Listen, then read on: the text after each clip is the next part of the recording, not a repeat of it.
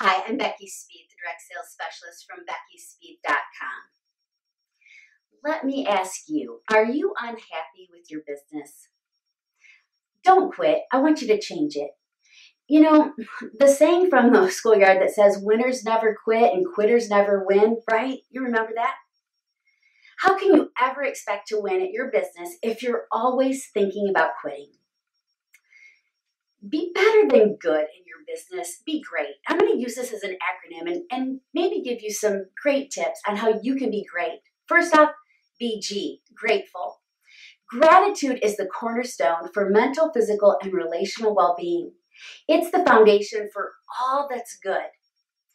When we're, consciously grateful for having a business, the flexibility, the freedom, the no glass ceiling, all the things that it has to offer, and we live into the possibility and capacity within us, it impacts our happiness, and we're going to attract more opportunities, resources, and people, which directly influences our booking ability, our ability to sponsor, the prosperity in our business, and so much more. I love the truth in the quote by Melody Beattie that says, "Gratitude unlocks the fullness of life." It turns what we have into enough and more. It turns denial into acceptance, chaos to order, confusion to clarity. It can turn a meal into a feast, a house into a home, a stranger into a friend. Just like our business. It can turn chasing after the things that you want that are somewhere out there into enjoying the present moment. If you found yourself saying, you'll be happy when you get this and that, or when you get there, then you're going to be able to do this and that, and you always live sometime in the future, forgetting that you're living in the moment now. Perhaps not so long ago, this was the this and that of yesterday, and the things that you were longing for in your past are here. Are you chasing so much that you've forgotten to be happy and to be grateful? Oprah Winfrey says, "Be thankful for what you have. You'll end up having more." If you concentrate on what you don't have, you'll never, ever have enough. She's right. So when is the last time you called your customers, past hosts, or even your team members just to let them know how grateful you were for them? I recently came across a poem that mentions gratitude and being thankful. I want to share it with you. It says, "Be thankful that you don't already have everything that you desire. If you did, what would you have to look forward to? Be thankful when you don't know something, for it gives you the opportunity to learn. Be thankful for the difficult times, because during those times are when you grow. Be thankful for your limitations, because they give you opportunities for improvement. Be thankful for each new challenge, because what happens, it's going to build your strength and character. Be thankful for your mistakes. They're going to teach you valuable lessons. Be thankful when you're tired and you're weary, because it means that you've made a difference. It's easy to be thankful for the good things. A life of rich fulfillment comes to those who are also thankful for the setbacks. Gratitude can turn a negative into a positive. Find a way to be thankful for your troubles, and they'll become your blessings." We don't know who the author was, but I love that poem. R stands for realistic. It's true. Direct sales and network marketing are not get-rich-quick schemes. They're not. They require work, time, relationships, customer care, follow-up, and follow-through. Don't get discouraged when reaching out to folks and you start hearing the word no. I know that nobody really cares to hear that very often. You're going to need to make a few investments. One is going to be in yourself and the learning process when you start hearing these no's. This is a business model that's been created to require relationships and a little bit of skill building. When I first started my business, I thought that everyone was going to be beating a path to my door and as excited as I was, or more, about purchasing from me, hosting, and even joining my team. After all, it was a ground floor opportunity with no quotas or minimums. Did you think the same thing? Well, I also thought that everyone that needed my product or my help would ask for it. Wouldn't it be so much easier if the people had a little sticky note maybe on their forehead or maybe a sign around their neck that said, "I need help"? I think it would.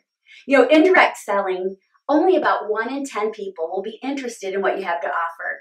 It's just the way it is. They might not even realize that they need help, desire what you're offering as a solution, or have the capacity even to engage. So don't get discouraged. Did you think, like I did, that everyone was going to be a yes? Well, there could be 2 things happening right now, okay? Number 1, you may not be asking enough people to get enough yeses and get enough results. Or number 2, you may be seeing that others do need what you have to offer and really desire your help. They just haven't asked. So if you've been in direct sales any length of time at all, you've heard this is a relationship business, right? Well, the best way to build relationships with other people is to look for ways that you can help them.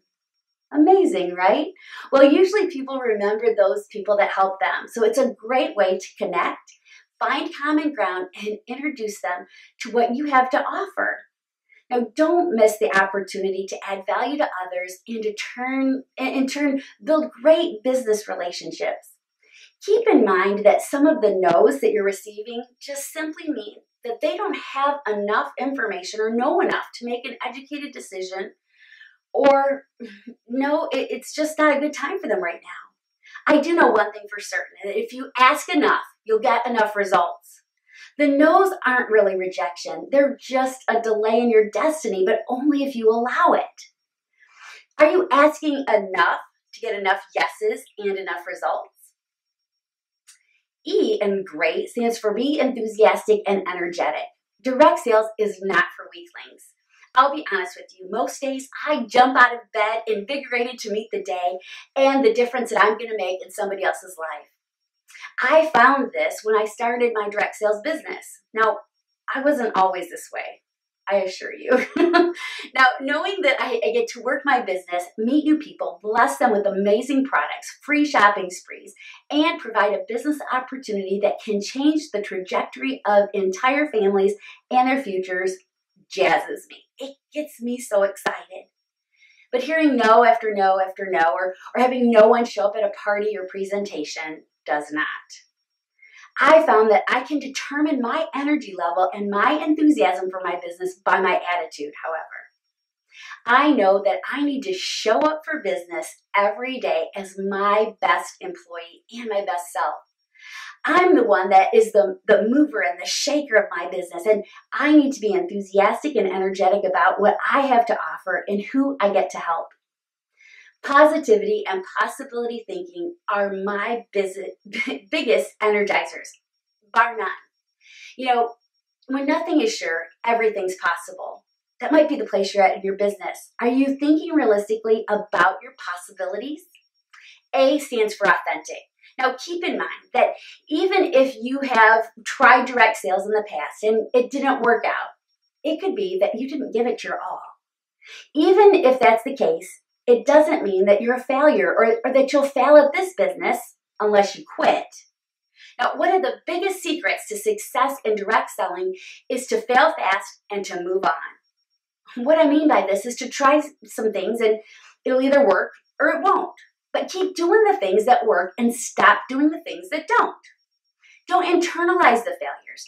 They really aren't failures at all. They're just feedback on experiments, right? Oprah Winfrey says that failure is another stepping stone to greatness. I believe that. We've got to keep it real. We've got to be authentic, right? But we also, for the T, need to be tenacious and team focused. If you want a successful business, you've got to realize that life's short. Don't be lazy. This is your business. You're responsible for your success or the lack thereof. And if you know that you're good at what you do, you've got great products, you have a great company, and you're going to go forward with intent and purpose, you're doing the right thing. I want you to think of all the tools, experiences, and memories that you're creating for you, your family, your team, your customers, your hosts right now by this business. No one can ever take that away from you unless you do by not being tenacious and committing to yourself and to everyone else that you're going to do this business and you're going to be great. Why did you start your business? Was it to quit? I don't think so. You had dreams, desires, and this was a piece of the puzzle of your destiny. You knew it deep inside your heart. What happened to that?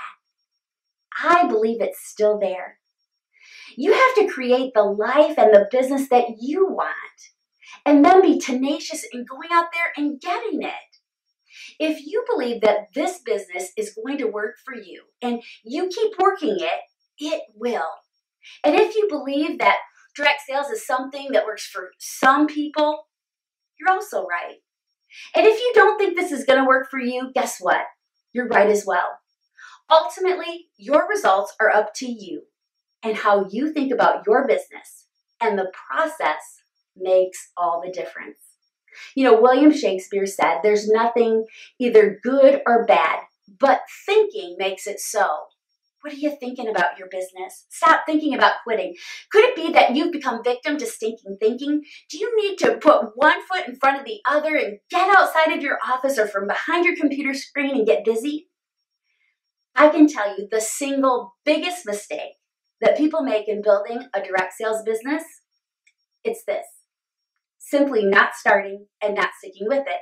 And then wavering in their mind as to if they think they can be successful, allowing it to stall them and then lull them into inactivity.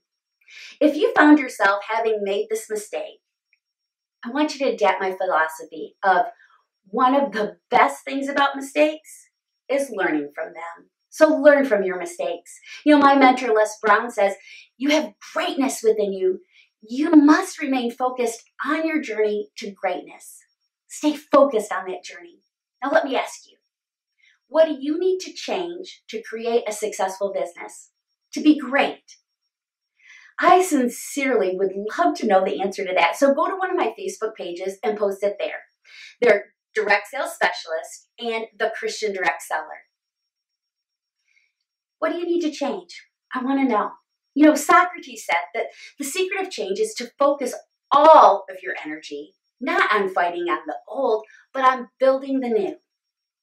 I want to leave you with this parting thought that was spoken originally from the great Nelson Mandela.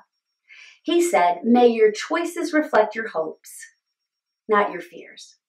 So here's to you, your success, choices, change in your business, and to building the new.